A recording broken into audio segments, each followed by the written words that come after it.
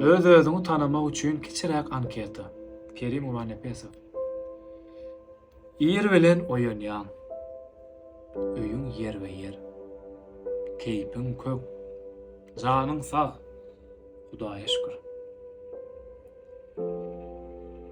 Komşuýňdan bir dertliň nalasy gelýär.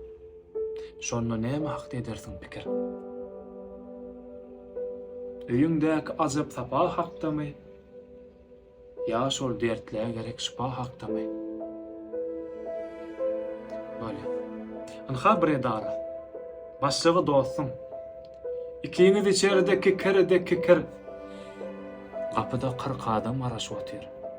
Şonda näme hak edersiň pikir? Dostlukdaky täsin gudrat hakdamy? Ýa-da işikdäki nowa hakdamy?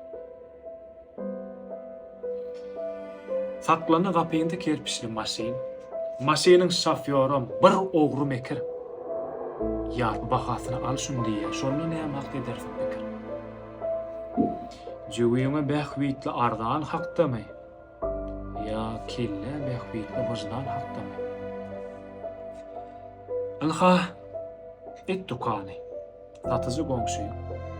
Saýlap seçip saňa bir buğdy çeker. Eýdiň da kawalsa gatan urga. Şonu näme hak edersiň pikir? Özüňe edilen hizzet hakdamy?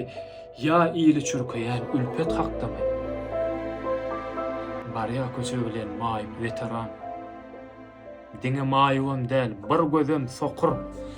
Sen bolsa maşyny dazlap barýasyň. Şonu näme hak edersiň pikir?